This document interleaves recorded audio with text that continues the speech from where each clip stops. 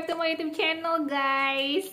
Wah, kali ini kita beda ya. Jadi kali ini seperti yang saya janjikan sebelumnya, saya itu sudah mengundang tamu untuk membuat podcast ceritanya. Cuman karena memang alat-alatnya itu belum tersedia. Tadinya mau lewat Zoom, tapi ternyata kita udah coba beberapa kali nggak bisa. Dan jadinya kita bikin video seperti ini ya, guys. Nah, ini untuk tamu kita kali ini, kita akan membahas tentang anak spesial. Jadi, beliau adalah seseorang yang sangat spesial juga, karena memang sudah sekitar 6 tahun ini mengurus anak spesial, anak perempuan temennya Ryu, guys. Mungkin langsung aja kita perkenalkan ya, silakan. Hai, hai. Ini pertama kalinya aku ngobrol di depan kamera. Jujur grogi. Oke, hai, kenalin, aku Dewi, mama dari seorang anak perempuan usia 6 tahun. Dia didiagnosa ASD pada usia 2 tahunan lah ya. Oke, sekarang usia 6 tahun, berarti aku mendampingi dia kurang lebih 4 tahunan gitu. Kebetulan kebetulan anakku Naya satu tempat terapi dengan anak mami Ryu, anak mami namanya Ryu. Oke, itu aja kali ya perkenalannya. Terima kasih Mbak Dewi, Mama Naya. Mam, ini kita ngobrol-ngobrol aja ya Mama Naya. Sebelumnya nih Mama Naya, untuk Naya tuh usia berapa ya? Sekarang Naya usianya 6 tahun. Kemarin 11 April dia 6 tahun ya. Dia kelahiran 2015, ya berarti 6 tahun, betul. Terus dia dididak. Iya, kalau untuk diagnosa dokternya itu Naya, kalau boleh tahu kenapa? Awalnya dokter tuh bilang Naya PDD-NOS gitu, PDD-NOS. Jadi aku lupa ya kepanjangannya apa, nanti coba deh dicek lagi.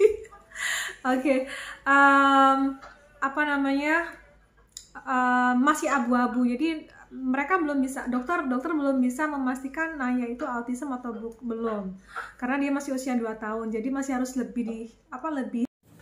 Oke, diagnosa awal Naya itu dibilang oleh dokter dia PDD-NOS, jadi masih di area abu-abu. Dokter belum bisa mastiin Naya itu beneran autism atau bukan, karena dia masih usianya 2 tahun waktu itu dan masih terlalu dini untuk dibilang dia autism begitu. Jadi masih perlu observasi lagi. Kemudian berjalannya waktu, Naya akhirnya didiagnosa ASD itu usia 3 tahunan begitu. Dia udah Usia diagnosa udah tegak ya, diagnosa udah tegak bahwa Naya itu ASD. Oh iya, Mam, ini kalau mulai curiga, kan biasanya kalau yang namanya orang tua tuh ada kecurigaan nih. Kayak misalnya waktu dulu aku curiga sama Ryu, dia ada spesial itu pada saat dia terlambat bicara di usia 1 tahun setengah. Nah, kalau Mama Naya curiga bahwa Naya ini spesial pada usia berapa, Mam?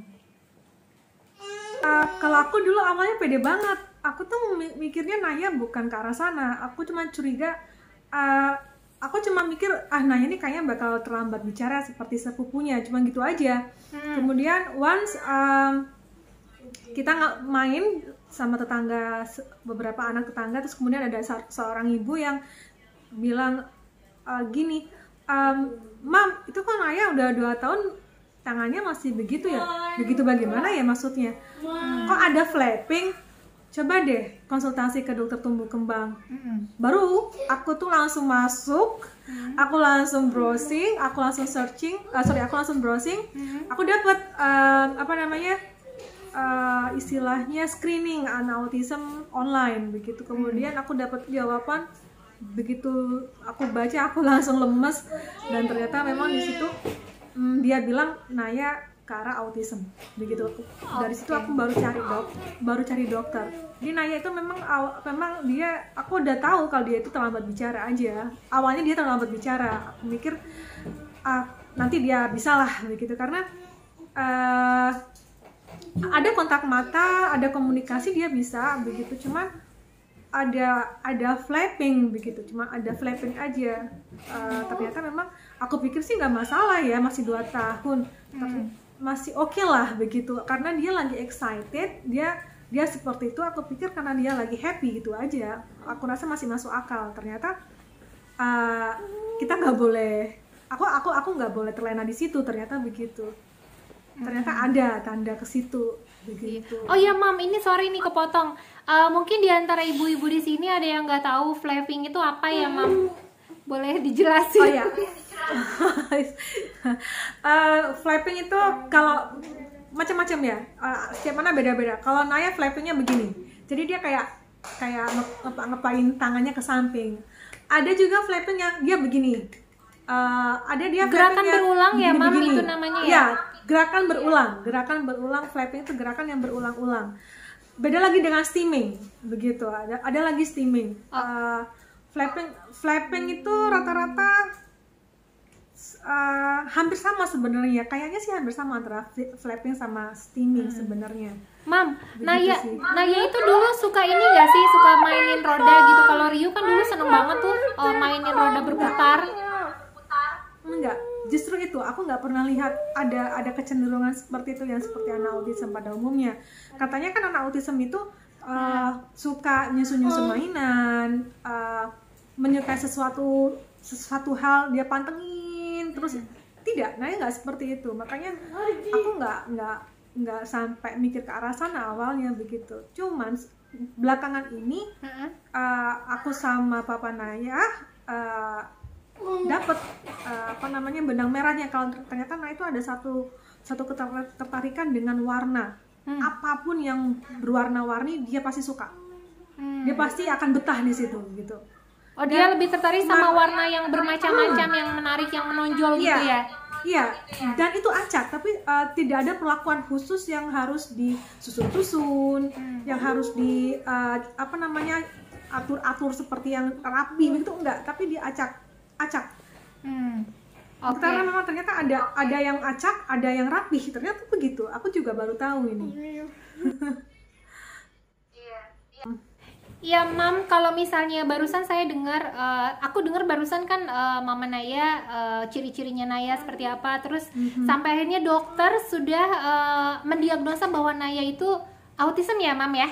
Iya. Ya. Nah, ini agak sensitif, maaf nih Mam, cuman kita juga penasaran nih, pengen tahu karena aku sendiri waktu kemarin tahu Ryu itu spesial itu kan perasaannya berkecamuk nih ya Mam ya. Ini Mama Naya waktu dikasih tahu dokter diagnosa bahwa Naya itu spesial, perasaan Mama Naya gimana Mam? Biasa aja.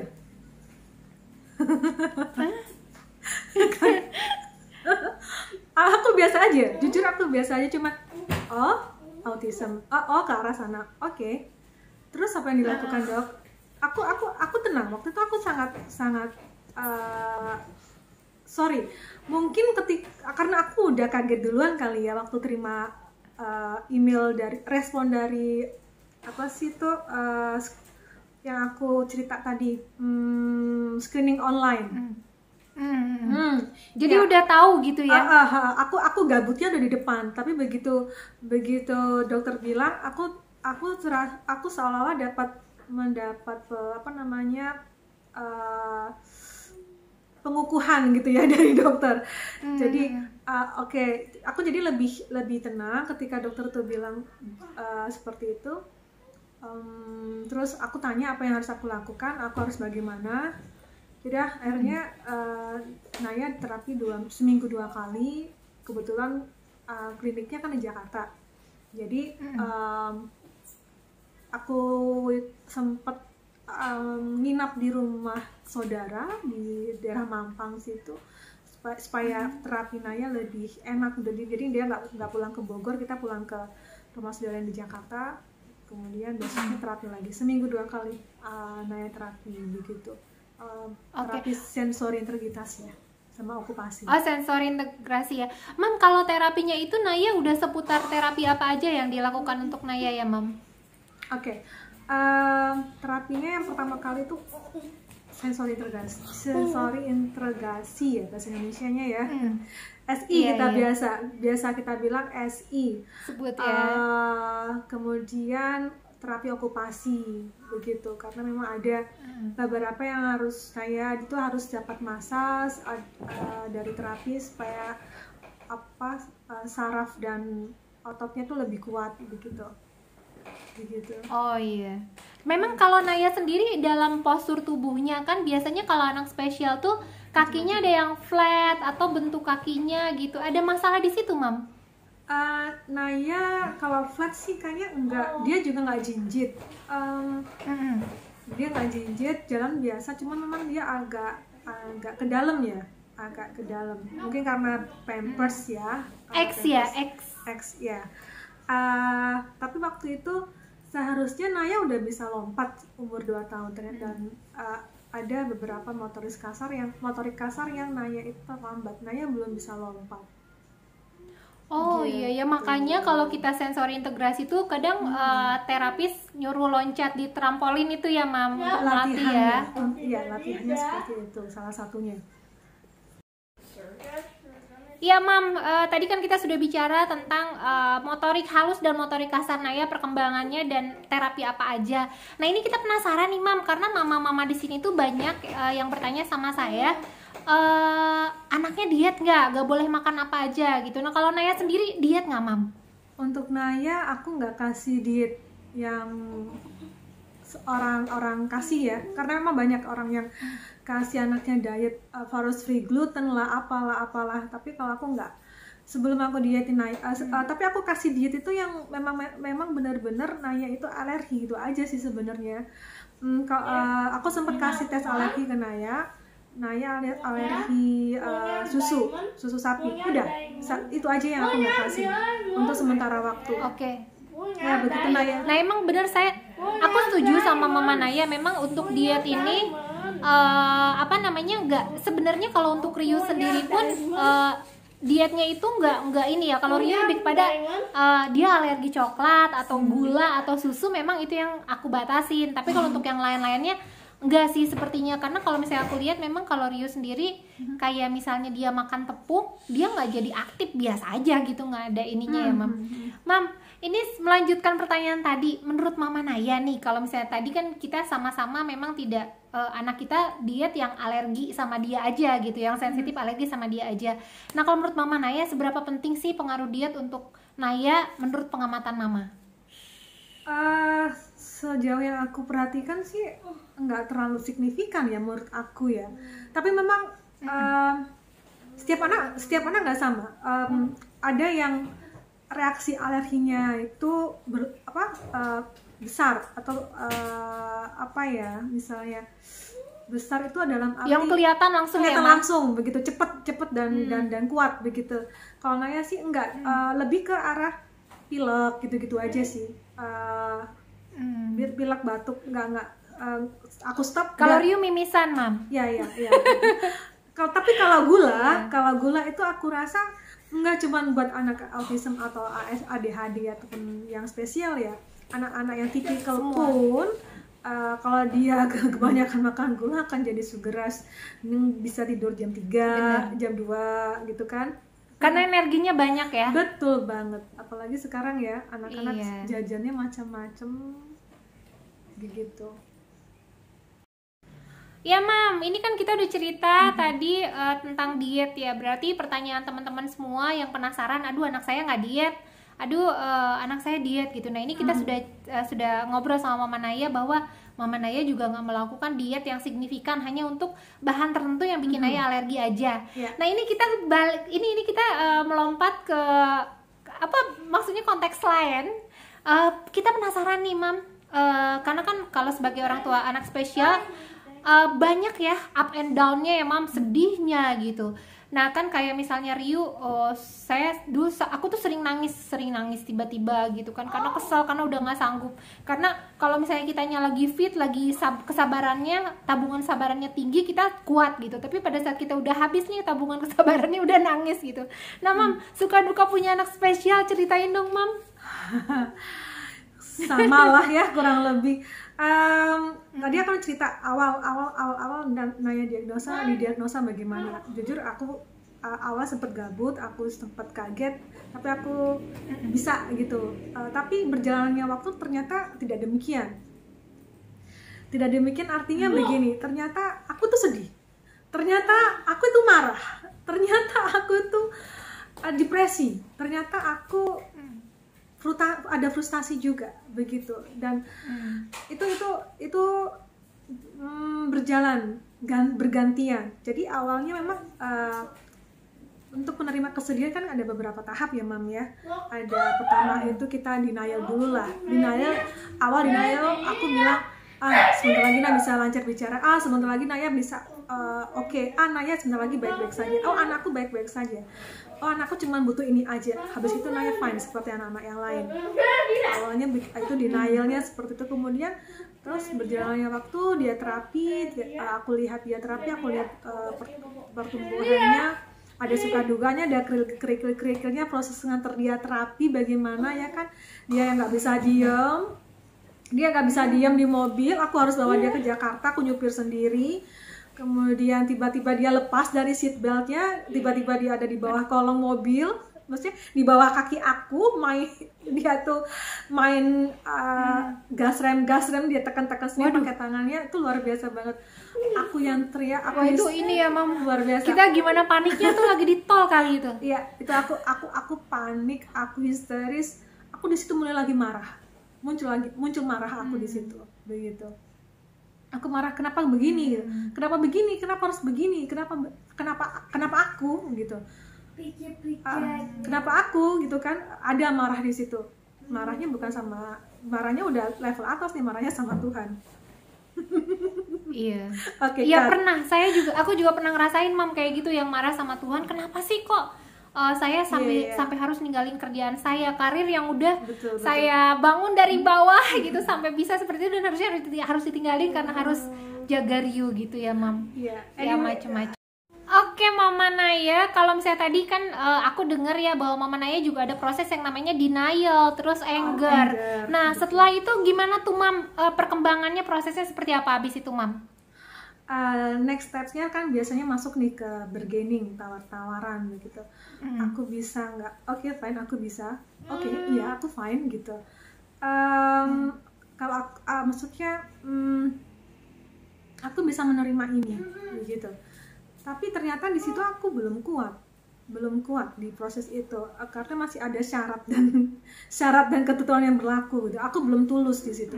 Masih ada sesuatu yang masih ada syarat begitu. Kemudian masuk lagi, tapi aku berusaha jalanin, aku tetap berusaha jalanin dengan ikhlas begitu. Kemudian mulai nih ketika awal pandemi ya, ketika udah masuk pandemi nih, stop, Naya nggak bisa terapi di luar ya kan. Kemudian aku hanya kasih terapi yang aku bisa aja gitu. Aku belum tahu harusnya bagaimana detailnya, karena cuman sekilas diarahkan sama terapisnya yang di klinik, tapi nggak detail.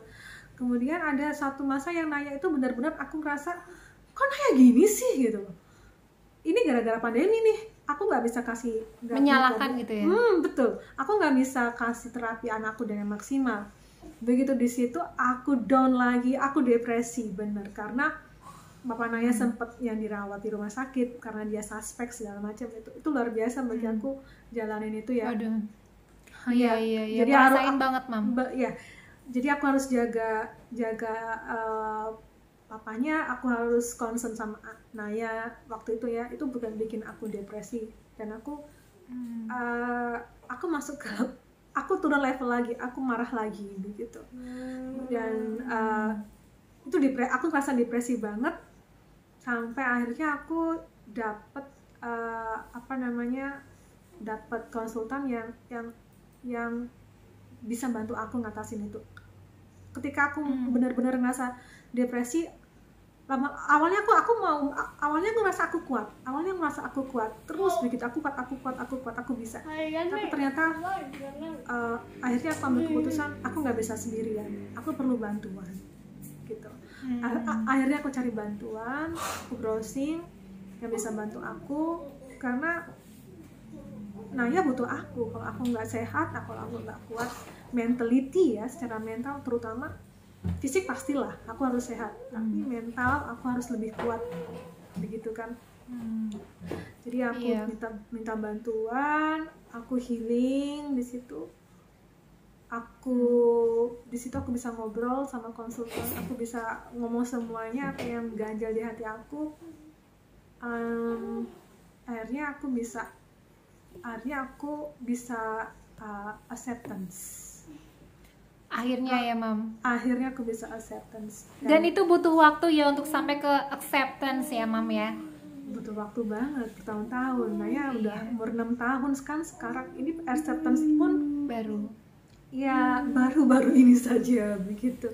3 tahun lebih kan harus.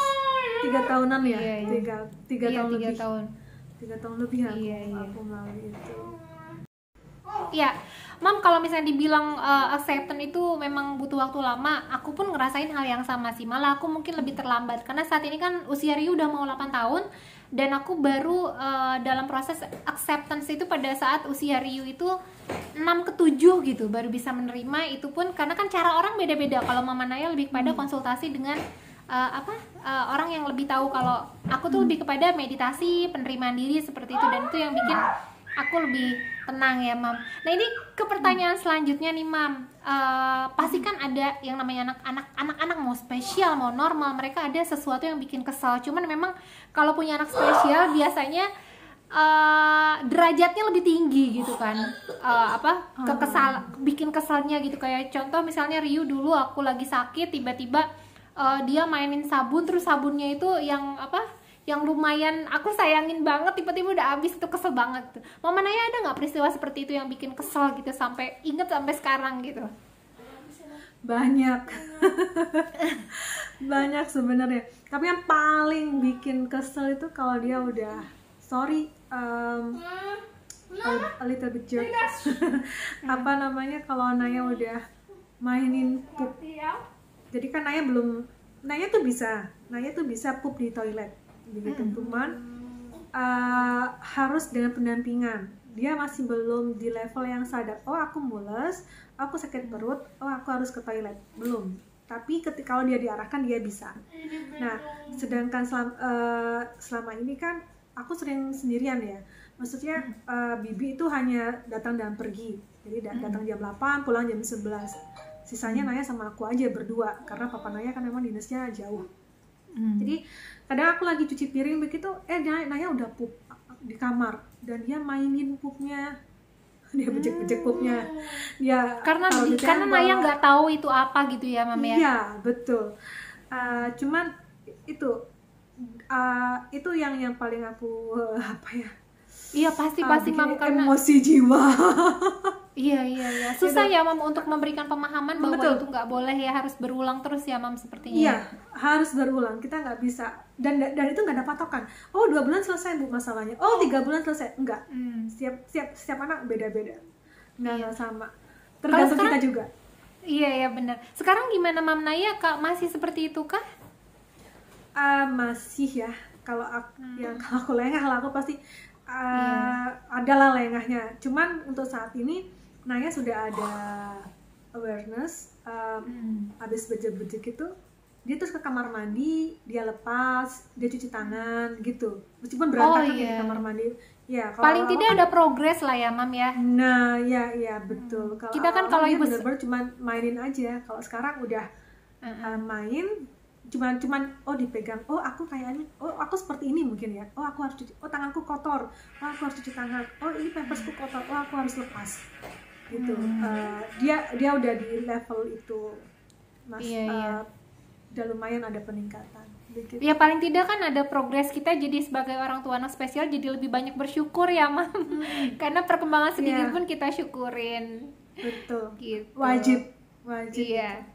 Cut ya, Mam. Ya, yang penting kan ada progres ya, Mam. Di sana kita jadi kita senang gitu dengan progres sedikit pun kita syukurin. Mam, ini pertanyaan terakhir nih. Kita kan udah banyak cerita dari Mama Naya, banyak pengalaman, banyak ilmu juga. Tadi yang tahapan stres kita itu dari mulai kita apa namanya? Denial, terus sampai anger gitu, sampai terakhir acceptance ya.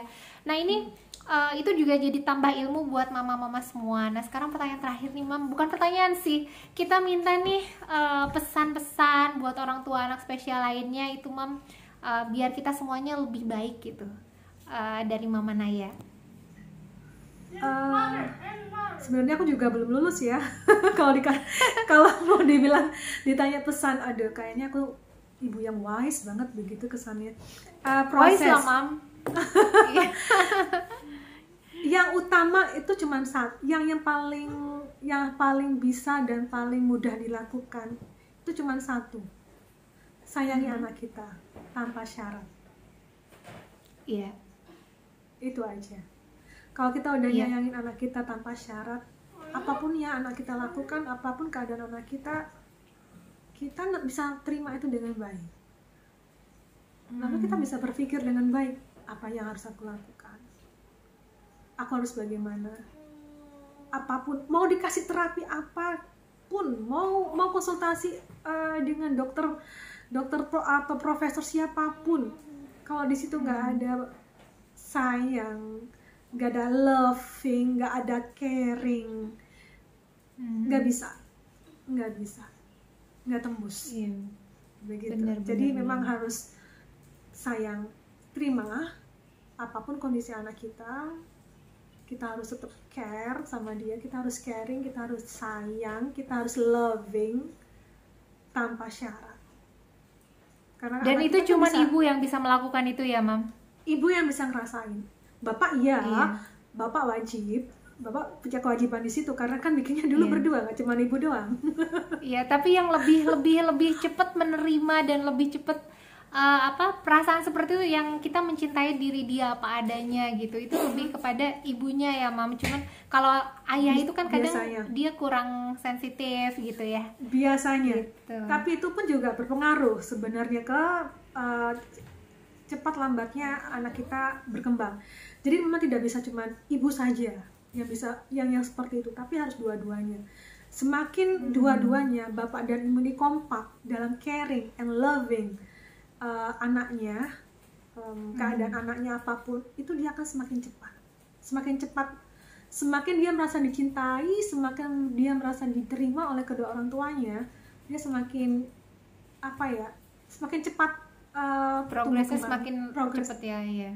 Iya, progresnya semakin cepat, believe or not, itu terjadi. Iya, Mam, ini kita udah ngobrol panjang banget, terus jadi tambah ilmu ya, Mam. Nah, di sini Rio melakukan sesuatu. Nah, di sini yang bisa kita tarik kesimpulan, yang saya bisa tarik kesimpulan ya, untuk membesarkan anak spesial itu memang butuh kerjasama kedua belah pihak antara orang tua, ayah dan ibunya. Dan yang bikin anak itu lebih cepat berkembang dan pertumbuhannya itu progresnya lebih bagus gitu ya, itu adalah penerimaan kita terhadap anak kita. Dan gak ada salahnya pada saat mereka agak-agak bukan bandel ya, cuman di luar batas gitu ya, lagi di luar batas, kita bilang sama dia, hey, I love you just the way you are gitu. Seperti itu, sepertinya dia akan mengerti ya, Mam, dan dia akan merasa dicintai, yang Mama Naya tadi bilang, dan dia jadi dia jadi lebih mencintai kita juga gitu, Mam. Aduh, saya mau ngomong apa nih? Oke, Mam, lebih kalem. Bener. Iya, yang itu kalem itu yang penting, karena terutama kalau Rio kan ADHD, jadi kalau ADHD itu waduh hiperaktifnya minta ampun. Ini gordeng udah jatuh nih sekarang. Iya, oke, Mama Naya, terima kasih sudah menyempatkan waktu untuk ngobrol di sini, bikin podcast yang pertama. Aku juga terima kasih. Iya, tetap semangat, Mam. Ini podcast perdana kita. Bener, nanti kita akan bikin yang lainnya juga ya, Mam, ngobrol-ngobrol, jangan kapok ya, Mam. Enggak, ditungguin kok. Oke. Oke Mama Naya, terima kasih sudah ada di sini. Terima kasih Bersama kita. Sama-sama, Iya. thank you. Dan buat semuanya, thank you for watching. Jangan lupa subscribe dan minta komennya ya di sini. Dan sampai jumpa di podcast kita selanjutnya. Bye bye. Thank you. Ya.